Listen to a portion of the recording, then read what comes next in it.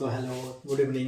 আগের ভিডিওতে আমরা বলেছিলাম যে ডাইরেক্ট ইনডাইরেক্ট স্পিচ আইডেন্টিফাই করা, রিপোর্টিং ভার্ব রিপোর্টেড স্পিচটা আইডেন্টিফাই করা এবং রিপোর্টিং ভার্বটা প্রেজেন্টে কীভাবে থাকে, পাস্টে কীভাবে থাকে এবং ফিউচারে কীভাবে থাকে সেটা আমরা শিখেছিলাম।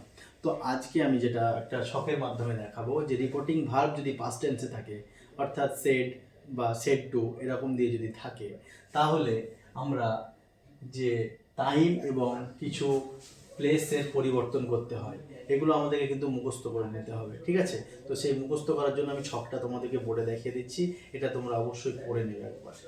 তো প্রথমে দেখে নেই যে রিপোর্টিং ভার্বটি পাস্ট টেন্সে যদি থাকে, তাহলে ইনডাইরেক্ট স্পিচে পরিবর্তন করার সময় কিছু এক্সপ্রেশন, প্লেস বা কালের বা সময়ের কিছু পরিবর্তন করতে হয়। সেগুলো কোন কোনগুলো সেগুলো আমি দেখাচ্ছি। যে ডাইরেক্টে যদি থাকে কোনো দিস, যদি ডাইরেক্টে থাকে কোনো ডাইরেক্ট ন্যারেশনে যদি দিস থাকে, তাহলে সেটা আমাদেরকে ইনডাইরেক্ট স্পিচে দ্যাট হয়ে যাবে, অর্থাৎ দিসটা দ্যাটে পরিবর্তন করতে হবে।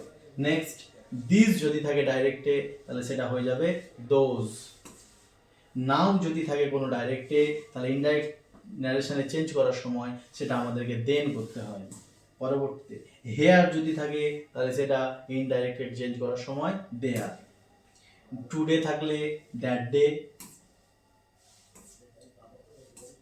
টু নাইট থাকলে দ্যাট নাইট, এগো থাকলে বিফোর বা আর্লিয়ার যে কোনো একটা, অ্যাট প্রেজেন্ট থাকলে অ্যাট দ্যাট টাইম, টুমরো থাকলে দ্য নেক্সট ডে, ইয়েস্টারডে থাকলে দ্য প্রিভিয়াস ডে, এবং এটা আমরা দ্য ডে বিফোরও বলতে পারি, এটাকে আমরা দ্য ডে বিফোরও ইউজ করতে পারি, আর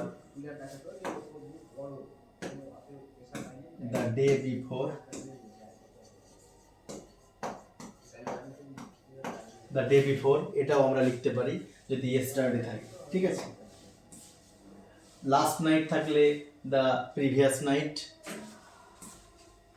লাস্ট উইক থাকলে দ্য প্রিভিয়াস উইক, এটা ডাইরেক্টে যদি থাকে, ইনডাইরেক্টে চেঞ্জ করার সময় কিন্তু।